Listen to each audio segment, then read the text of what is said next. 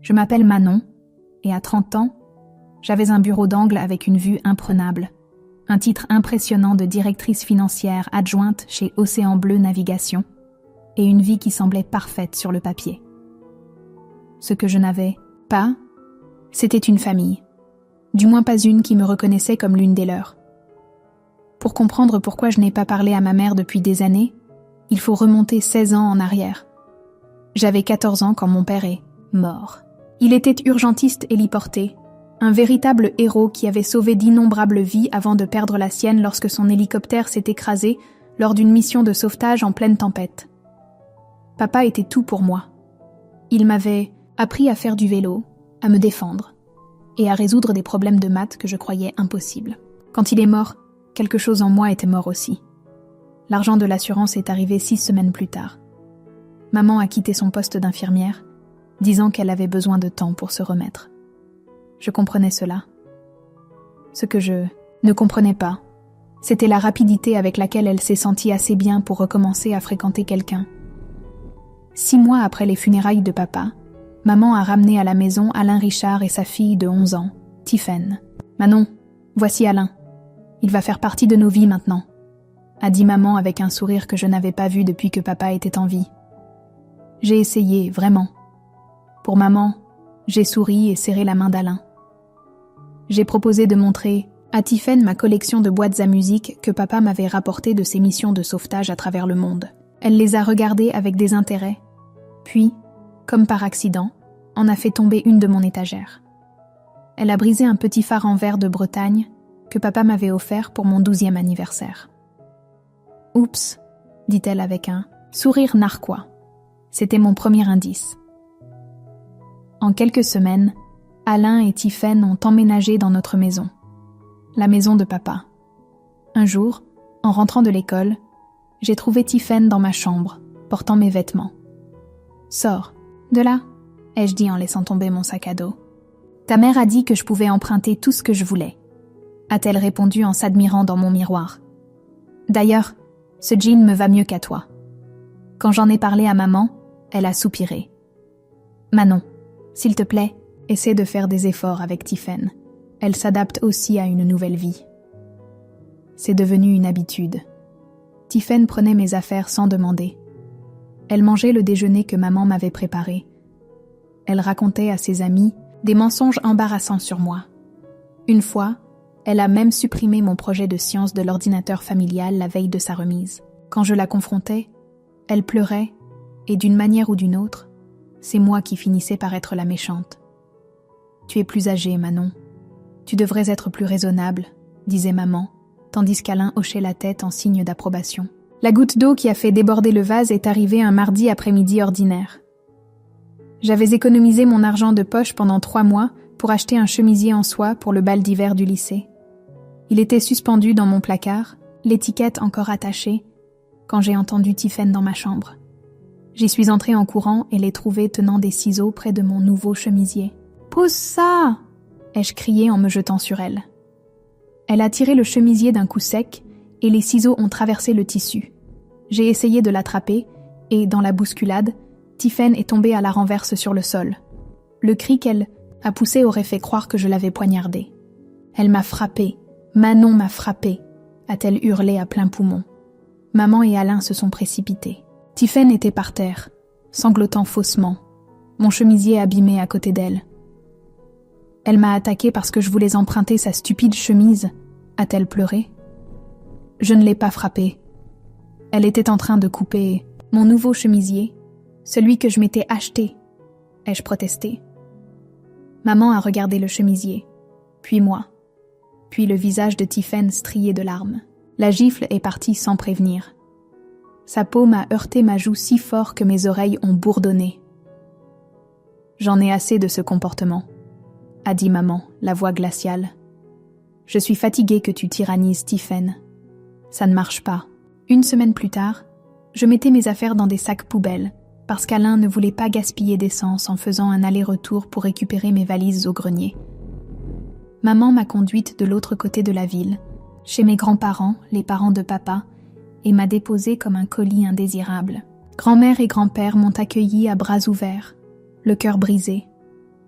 Ils avaient perdu leur fils et voyaient maintenant leur belle-fille se débarrasser de leur unique petite-fille.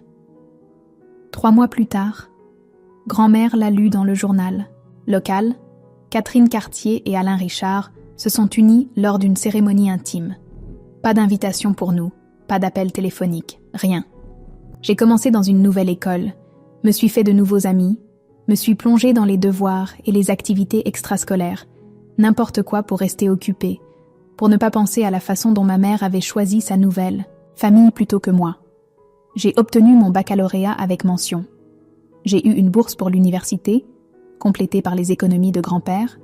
J'ai obtenu mon diplôme de commerce. J'ai commencé chez Océan Bleu Navigation comme assistante comptable et j'ai gravi les échelons. Pendant tout ce temps, j'envoyais à maman des cartes d'anniversaire et des messages de Noël.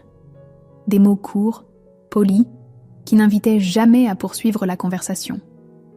Elle répondait occasionnellement par des messages tout aussi brefs. C'était une relation qui n'existait que sur le papier, et cela me convenait. À 30 ans, j'avais tout ce que je pensais vouloir. Le succès professionnel, un bel appartement, de bons amis. Puis, à 6 mois d'intervalle, mes 2 grands-parents sont décédés. Grand-père d'abord, d'une crise cardiaque, puis grand-mère, de ce que les médecins ont appelé des causes naturelles, mais que je savais être un cœur brisé. Ils m'ont tout laissé, leurs modestes économies, et la maison que j'appelais chez moi depuis mes 14 ans. J'étais en train de trier les vêtements de grand-mère pour les donner quand la sonnette a retenti. En ouvrant, j'ai eu l'impression de voir un fantôme. Non pas parce que ma mère avait tant changé, mais parce qu'elle n'avait pas changé du tout. « Manon, dit-elle doucement, j'ai appris pour ta grand-mère. Je suis tellement désolée. » Je suis restée figée sur le seuil, incapable de parler. 16 ans de silence. Et maintenant, la voilà à ma porte. Je ne sais pas pourquoi, je l'ai laissée entrer ce jour-là. Peut-être que le chagrin me rendait vulnérable. Peut-être était-ce la curiosité. Ou peut-être qu'une partie de moi, celle qui avait été une jeune fille de 14 ans désespérant de l'amour de sa mère, n'était pas complètement morte. « Tu as l'air bien, Manon », dit maman, assise maladroitement sur le canapé fleuri de grand-mère. « J'entends dire que tu réussis bien dans ton travail. Directrice financière adjointe, ai-je dit d'un ton neutre. Comment savais-tu où me trouver ? » « Petite ville, répondit-elle avec un haussement d'épaules. Les nouvelles voyagent vite. Quand j'ai appris pour tes grands-parents, j'ai juste voulu te voir. J'attendais la vraie raison, l'argent, probablement. C'est ce que veulent généralement les parents éloignés quand ils réapparaissent soudainement. J'ai fait une erreur, dit-elle, la voix brisée. J'ai fait tellement d'erreurs, Manon.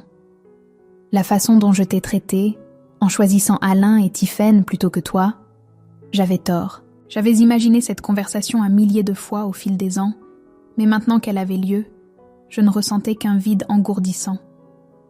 Ça fait 16 ans, ai-je dit. Elle a hoché la tête, des larmes perlant à ses yeux. Je sais, je ne m'attends pas à ce que tu me pardonnes tout de suite, mais j'aimerais avoir une chance de refaire partie de ta vie, de reconstruire, lentement. Je ne savais pas quoi dire. Une partie de moi voulait crier, la mettre à la porte, lui faire ressentir une fraction de la douleur et du rejet que j'avais éprouvé. Mais une autre partie, cette stupide partie pleine d'espoir, voulait la croire. J'y réfléchirai, ai-je finalement dit. Elle a laissé son numéro sur un bout de papier et, contre toute attente, je l'ai appelée 1 semaine plus tard. Nous nous sommes vus pour un café, parlant juste, des conversations prudentes, mesurées, qui évitaient le passé. Puis un déjeuner, quelques semaines plus tard, puis un dîner au restaurant avec Alain. Il était dégarni maintenant, plus empâté et étonnamment humble. « Je n'ai pas été un bon beau-père pour toi, Manon, » a-t-il admis. « J'ai toujours fait passer Tiphaine en premier et ce n'était pas juste. Même Tiphaine semblait différente. Elle s'était mariée jeune avec un plombier nommé David et avait 2 enfants. Quand nous nous sommes vus à un dîner de famille, 3 mois après la réapparition de maman, elle était presque civile. Petit à petit, je les ai laissés revenir dans ma vie. Maman n'a jamais demandé d'argent directement, ce qui m'a surprise. Parfois, elle mentionnait être à court d'argent pour les factures ou les courses. De petites sommes, 200 ou 300 €. Rien qui ne me ferait de mal à donner. Je te rembourserai, mais notre voiture a eu besoin de réparation ce mois-ci, disait-elle. Je lui disais toujours de ne pas s'en faire. Qu'est-ce que quelques centaines d'euros comparés au fait d'avoir enfin une mère à nouveau? Pour la première fois depuis la mort de papa, j'avais l'impression d'appartenir quelque part. Les dîners du dimanche, les réunions de famille pour les fêtes, même une soirée cinéma occasionnelle en famille. Je rentrais chez mes grands-parents, ma maison maintenant, me sentant plus légère, comme si peut-être le passé pouvait rester dans le passé. Tu as l'air plus heureuse, a remarqué mon collègue Jacques au travail. Tu souris vraiment en réunion maintenant. J'étais plus heureuse, et quand maman a commencé à demander des choses plus importantes, j'ai à peine remarqué le changement. Manon, ma chérie, j'ai vu que tu prévoyais un voyage aux Seychelles, dit-elle lors d'un dîner un soir. Ça a l'air merveilleux. Oui, mes premières vraies vacances depuis des années, ai-je répondu, excitée de lui parler de l'hôtel en bord de mer que j'avais réservé. Alain et moi n'avons pas eu de vacances depuis si longtemps, soupira-t-elle. Pas depuis son opération du dos il y a 2 ans. L'allusion flottait dans l'air. Je savais ce qu'elle demandait. J'aurais dû dire non. Voudriez-vous venir avec moi ? Me suis-je entendu dire à la place. Leurs visages se sont illuminés. Oh, nous ne pourrions pas nous imposer, dit maman, s'imposant déjà. Ce n'est rien. L'hôtel a des suites à 2 chambres. Il y a plein de places. Ce voyage m'a coûté le triple de ce que j'avais prévu entre la suite améliorée et le paiement de leurs repas et activités. Mais voir maman heureuse, la voir reconnaissante, je me suis dit que ça en valait la peine. D'autres demandes ont suivi. Tiphaine avait besoin d'aide pour acheter les fournitures scolaires de ses enfants. La mère d'Alain avait besoin d'une nouvelle machine à laver. La voiture de maman faisait un bruit bizarre. Pourrais-je payer l'inspection ? Rien de tout cela ne me ruinait. Et ils étaient toujours si reconnaissants. Carte de remerciement, dîner fête maison, câlins et baisers, et des « Tu es la meilleure, Manon ». Puis est venu l'appel téléphonique de ma mère concernant son 55e anniversaire imminent. « C'est un grand cap », s'est-elle exclamée. « J'ai toujours rêvé d'avoir une vraie célébration, quelque chose de spécial. »« Ça a l'air sympa », ai-je dit, ne comprenant pas encore. Le truc, c'est qu'avec les heures d'Alain réduites au travail, nous ne pouvons rien nous offrir de chic, a-t-elle continué. J'espérais, enfin, je me demandais si tu pourrais nous aider à organiser quelque chose. Je savais que aider signifiait payer. Mais à ce moment-là, j'étais tellement habituée à être la vache à lait de la famille que j'ai à peine hésité. Qu'est-ce que tu avais en tête ? Juste une salle de réception, un traiteur, peut-être quelques décorations, rien de trop extravagant. Le lendemain, j'ai rendu visite à maman pour discuter des détails. Tiphaine était là, curieusement, feuilletant des brochures de salle de réception. Nous pensions au belvédère du port, dit maman nonchalamment, en montrant une photo glacée de l'espace événementiel le plus cher de la ville. Pour combien de personnes ? Ai-je demandé. Maman et Tiphaine ont échangé un regard. Environ 40, dit maman. Famille, vieux amis, voisins. J'ai fait un calcul mental rapide et j'ai senti mon estomac se nouer. Le belvédère du port, le traiteur pour 40 personnes, plus les décorations et la musique. J'envisageais plusieurs milliers d'euros. C'est beaucoup, ai-je dit prudemment. Le visage de maman s'est affaissé. Tu as raison. C'est trop demandé. On peut faire quelque chose de petit à la maison à la place. Et juste comme ça, j'avais de nouveau 14 ans, désespérée de plaire, terrifiée par le rejet.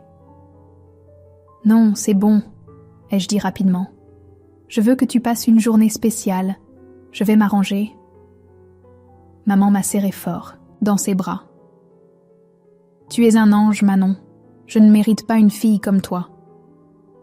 Avec le recul, j'aurais dû remarquer la lueur dans l'œil de Tiphaine, la façon dont elle souriait narquoisement quand maman ne regardait pas. Mais j'étais trop occupée à être la bonne fille, celle qui avait enfin gagné sa place dans la famille. Heureusement, mon amie Mélissa Lefebvre possédait les salons de la Rivière, une salle de taille moyenne avec son propre service traiteur. Quand j'ai expliqué ce dont j'avais besoin, elle a immédiatement proposé de tout gérer. Je te ferai ma réduction amis et famille, a-t-elle insisté, bien que je sache que le prix serait encore élevé. Pendant les 2 mois suivants, j'ai signé des chèques et approuvé des plans, regardant mes économies diminuer, tout en me réconfortant avec les appels téléphoniques excités de maman à propos de sa fête. « J'ai hâte d'être à samedi », a dit maman la veille de son anniversaire. « Et Manon, j'ai une surprise pour toi demain. »« Une surprise pour moi ? C'est ton anniversaire, » ai-je ri. « Attends de voir, » dit-elle mystérieusement. « Ce sera une journée qu'aucun de nous n'oubliera. » Elle avait raison sur ce point. Au moins, le jour de la fête, je suis sortie du salon de coiffure me sentant belle. Ma queue, de cheval habituellement toute simple, avait été transformée en ondulation douce, et la maquilleuse m'avait donné un look naturel mais soigné. Pour une fois, je n'étais pas seulement une source de financement fiable. J'allais être une fille célébrant sa mère. Alors que je vérifiais mon téléphone pour appeler un taxi, il s'est allumé avec le nom de maman. Mon cœur s'est réchauffé, m'attendant à ce qu'elle demande quand j'arriverais ou si je pouvais apporter quelque chose à la dernière minute. Au lieu de cela, son ton froid m'a glacée sur place. « Manon, je t'appelle pour te dire que tu ne devrais pas venir à la fête ce soir. Tu n'es pas invitée. Je ne veux pas de toi là-bas. » Le trottoir a semblé basculer sous mes pieds. « Maman, de quoi parles-tu ? J'ai tout organisé, j'ai tout payé. » « Oui, tu as payé. C'est tout ce dont nous avions besoin de toi. » Sa voix avait une cruauté que je n'avais pas entendue depuis le jour où elle m'avait giflé. « Tu n'as jamais vraiment fait partie de cette famille, Manon. Tu étais juste utile. » Mon esprit ne pouvait pas traiter ce qui se passait. « C'est une blague, n'est-ce pas ? La blague, c'était de te faire croire que nous te voulions de retour dans nos vies, » répondit-elle sèchement. « Maintenant que la fête est payée, nous n'avons plus besoin de toi. Ne te montre pas. Tu n'es pas la bienvenue. » L'appel s'est terminé. Je suis restée sur le trottoir, tenant mon téléphone, les gens me frôlant tandis que mon monde s'effondrait. C'était ça, la surprise qu'elle avait mentionnée. Ça avait été le plan depuis le début. Mon téléphone a vibré avec des SMS. Je les ai ouverts pour trouver un flot de messages de Tiffaine. « Surprise demi-sœur, merci pour la super fête. J'arrive pas à croire que tu sois tombée dans le panneau. Maman a dit que tu serais assez stupide pour tout payer. Ne t'inquiète pas, on va profiter de chaque centime que tu as dépensé. On a attendu jusqu'à maintenant pour te le dire pour que tu ne puisses rien annuler. » Malin, non. Le dernier message était une photo. Tiffaine, debout dans la salle de réception décorée, posant avec une coupe de champagne, portant une robe chère que j'avais probablement payée indirectement. Son sourire suffisant disait tout. Je me sentais physiquement malade. L'humiliation brûlait à travers mon choc. J'avais été jouée, expertement, cruellement et complètement. Ils avaient passé 2 ans à me préparer pour ce moment, reconstruisant ma confiance juste pour la briser pour leur amusement. Les mains tremblantes, j'ai appelé Mélissa. Sa voix inquiète m'a presque fait craquer. « Manon, qu'est-ce qui ne va pas ? Tu as l'air mal. » J'ai lutté pour expliquer ce qui s'était passé, mes mots sortant en fragments brisés. La confusion initiale de Mélissa s'est transformée en indignation à mesure qu'elle comprenait. Ces manipulatrices, ces ingrates. Elle s'est arrêtée. « Manon, écoute-moi. C'est ma salle, mon événement. Viens me rejoindre ici, tout de suite. » Je suis arrivée au salon de la Rivière 30 minutes plus tard pour trouver Mélissa qui attendait dehors. Elle m'a expliqué rapidement alors que nous passions par l'entrée du personnel. La fête battait son plein, avec environ 40 invités qui se mêlèrent dans l'espace magnifiquement décoré que j'avais financé. De notre point d'observation caché, je pouvais voir maman au centre de l'attention, riant dans une nouvelle robe, Alain à ses côtés, Tiffaine non loin. « Regarde bien », a dit Mélissa. Elle a ajusté sa veste et est entrée dans la salle principale, se dirigeant directement vers la petite scène où se trouvait un microphone. Elle l'a tapoté 2 fois, attirant l'attention de tous. « Bonsoir à tous. Je suis Mélissa Lefebvre, propriétaire des salons de la Rivière. Tout d'abord, je voudrais souhaiter à Catherine un très joyeux 55e anniversaire. » Maman a souri, clairement satisfaite de la reconnaissance formelle.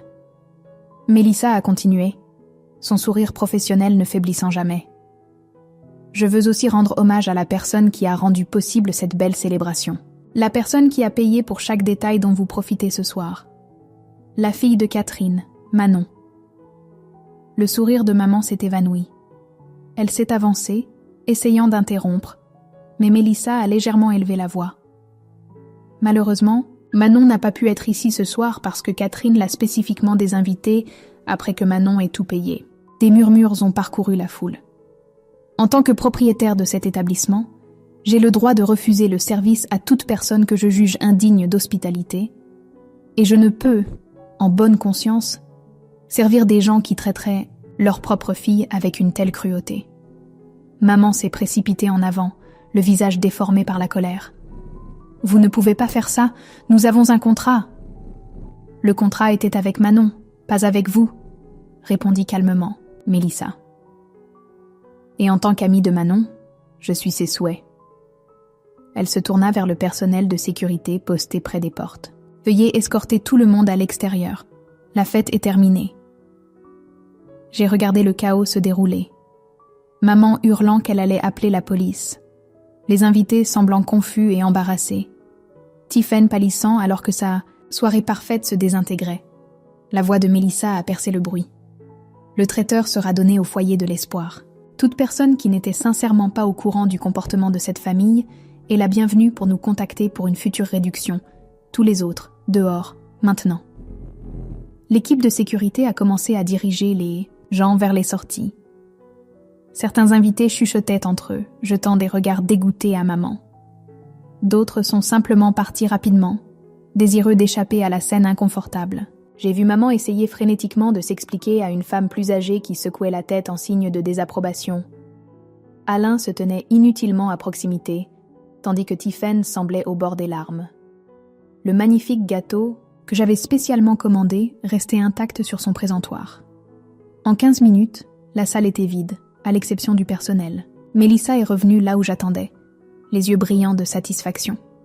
« Ça a fait du bien », dit-elle en s'asseyant à côté de moi. Pour la première fois depuis l'appel de maman, j'ai ressenti autre chose que de la douleur. Ce n'était pas tout à fait de la satisfaction ou du bonheur, mais peut-être était-ce la justice. Les larmes sont venues alors, non pas d'humiliation, mais de libération. Mélissa m'a tenue pendant que je pleurais, laissant enfin aller le fantasme que je pourrais un jour avoir la mère que je méritais. Nous sommes partis par l'entrée de service, alors que le personnel du traiteur emballait la nourriture pour la livrer au refuge. J'ai passé la nuit chez Mélissa, alternant entre l'engourdissement et la colère alors que mon téléphone s'illuminait de messages de plus en plus désespérés de maman, Alain et Tiphaine, que j'ai tous ignorés. Au matin, leur ton avait changé, passant d'excuses à des accusations. J'étais cruelle, vengeresse, sans cœur. Je les avais humiliés devant leurs amis. Je leur devais une autre fête. La dissonance cognitive était presque impressionnante. Ils avaient planifié pendant des mois de m'humilier. Et pourtant, d'une manière ou d'une autre, j'étais la méchante pour avoir exposé leur cruauté. J'ai supprimé chaque message sans répondre. Autour d'un café, Mélissa et moi avons ri, des expressions choquées sur leurs visages quand ils ont réalisé que leur plan s'était retourné contre eux. Ce n'était pas une guérison complète, mais c'était un début. « Qu'est-ce que tu vas faire maintenant ?» demanda Mélissa. J'ai réfléchi à la question, remuant pensivement mon café. « Vivre ma vie sans personne toxique dedans », ai-je répondu. Je pensais que c'était fini. Vraiment, j'ai changé mon numéro de téléphone, bloqué leurs emails et commencé à guérir. Le travail est redevenu mon sanctuaire. Le bureau d'angle avec sa vue sur le port me semblait être un témoignage de ce que je pouvais accomplir seule, sans famille, sans leur faux soutien. Mes collègues ont remarqué le changement en moi, mais personne n'a posé de questions. Ils ont juste accueilli de nouveau la Manon, concentrée et déterminée qu'ils connaissaient. 2 semaines après le désastre de la fête, un dimanche, matin paisible, des coups agressifs à ma porte d'entrée ont brisé mon calme. Je l'ai ouverte pour trouver maman, Alain et Tiphaine sur mon seuil, leurs visages tordus par la colère. Ils se sont frayés un chemin dans la maison avant que je puisse les arrêter. « Comment oses-tu » cracha maman, son visage à quelques centimètres du mien. As-tu la moindre idée de ce que tu nous as fait ? J'ai maintenu un sang-froid, qui m'a surprise moi-même. À l'intérieur, mon cœur s'emballait, mais extérieurement, j'étais de pierre. Je ne vous ai rien fait. Vous vous l'êtes fait à vous-même. Tiphaine s'est avancée, pointant son doigt vers mon visage. Tout le monde parle de nous. Mes enfants sont rentrés en pleurant parce que leurs amis ont dit que leur grand-mère était méchante avec leur tante. Le patron de mon mari était à cette fête. Il regarde David différemment maintenant. Et mon groupe de l'église, ajouta maman, sa voix se brisant d'apitoiement sur soi plutôt que de remords. Des gens que je connais depuis des années me traitent comme si j'étais une sorte de monstre. J'ai failli rire de l'absurdité. Ils avaient passé des années à me manipuler, aboutissant à une humiliation publique calculée, et maintenant ils étaient en colère de faire face aux conséquences. J'ai remarqué Mélissa debout dans l'embrasure de la porte de mon salon. Elle était venue pour un café avant leur arrivée. Quand maman l'a repérée, ses yeux se sont dangereusement rétrécis. « Vous !» siffla maman en pointant Mélissa du doigt. « Je vais vous poursuivre en justice pour avoir gâché la fête. Vous n'aviez aucun droit d'annuler ma réception. Je vais écrire des commentaires dégoûtants sur votre entreprise et ruiner votre réputation. » Mélissa a tenu bon, imperturbable, mais j'en avais assez entendu. J'ai froidement interrompu ma mère, ma voix tranchant sa tirade comme de la glace. « Si vous osez ruiner la réputation de mon ami, alors je publierai les messages les plus dégoûtants de vous et de votre fille, dans lesquels vous avez avoué m'avoir utilisé et ne pas m'avoir spécifiquement invité pour m'humilier. » La bouche de maman s'est refermée d'un coup. Tiphaine a visiblement pâli. « J'étais en colère, je ne le pensais pas, » a menti maman. J'ai sorti mon téléphone et ouvert les SMS de Tiphaine. Vraiment ? Parce que Tiphaine a écrit, et je cite, « Maman a dit que tu serais assez stupide pour tout payer. » Ça me semble plutôt prémédité. Tiphaine a pâli davantage. Maman lui a lancé un regard venimeux. « Ce sont des messages privés, » balbutia Tiphaine. « Que je suis sûre que vos amis, vos voisins et le patron de David trouveraient fascinant, » ai-je répondu, mon implication claire. La menace flottait dans l'air. Maman s'est ressaisie la première, essayant un nouvel angle. « Manon, s'il te plaît, je suis ta mère. »« Non, » ai-je dit, le mot simple mais puissant. Une mère n'abandonne pas son enfant pour une nouvelle famille. Une mère ne manigance pas pendant des années pour blesser sa fille. Tu m'as donné naissance, mais tu as cessé d'être ma mère le jour où tu les as choisis plutôt que moi. J'ai marché jusqu'à la porte d'entrée et l'ai tenue ouverte. Sortez de chez moi, ne me contactez plus. Si vous essayez, ou si vous vous en prenez à l'entreprise de Mélissa, je partagerai chaque message manipulateur, chaque mot cruel avec quiconque voudra bien écouter. Ils sont partis. Maman s'est arrêtée sur le seuil. Tu regretteras ça. Le sang est plus épais que l'eau. Grand-mère disait que la citation complète est « Le sang de l'alliance est plus épais que l'eau de la matrice », ai-je répondu. Cela signifie que la famille que vous choisissez est plus forte que la famille dans laquelle vous êtes né. J'ai choisi la mienne. J'ai refermé la porte sur son visage choqué. Mélissa est apparue à côté de moi avec 2 verres de vin. Je pense que cela mérite une célébration.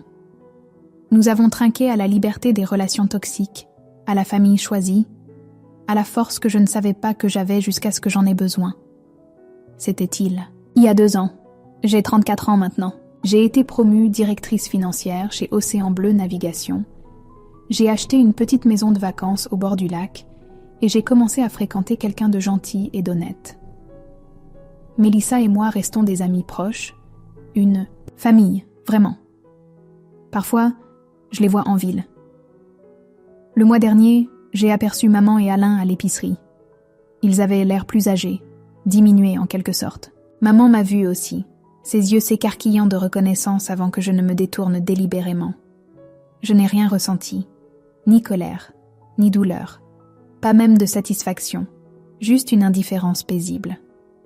Quand les gens me posent des questions sur ma famille, je leur parle de mes grands-parents qui m'ont recueilli, de mon père qui m'a appris le courage, des amis qui m'ont soutenu quand cela comptait le plus. Je leur dis que la famille n'est pas toujours une question de sang. Parfois, ce sont les gens qui choisissent de vous aimer quand ils n'y sont pas obligés.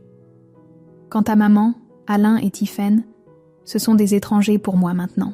S'il y a une chose que j'ai apprise, c'est que tout le monde ne mérite pas une place dans votre vie, même s'il partage votre ADN. Certains ponts ne sont pas faits pour être reconstruits. Certaines relations sont mieux laissées dans le passé. J'ai trouvé ma paix, j'ai construit ma vie, et j'ai appris que parfois, le plus grand acte d'amour-propre est simplement de s'en aller. Fin de l'histoire.